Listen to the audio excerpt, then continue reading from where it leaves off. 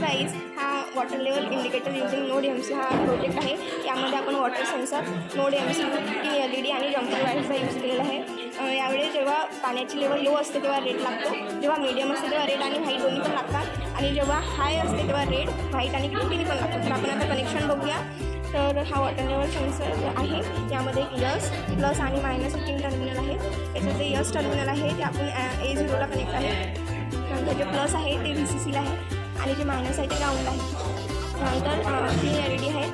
LEDचा cathode ग्राउंडला आहे. Anode हा D5, D6 आणि D7ला कनेक्टेड आहे. तर आता आपण आउटपुट बघूया. आपण लॅपटॉपवरून सप्लाय दिलेलं आहे. तर पहिला आहे लो लेवल. तर बघा, तुम्ही बघू शकता रेड कलरचा LED ऑन झालेला आहे. तर आता आपण मीडियम लेवल बघूया.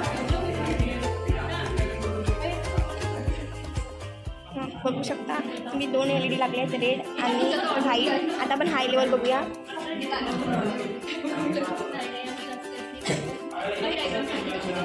बघू शकता तिन्ही पण LED लागलेले आहेत.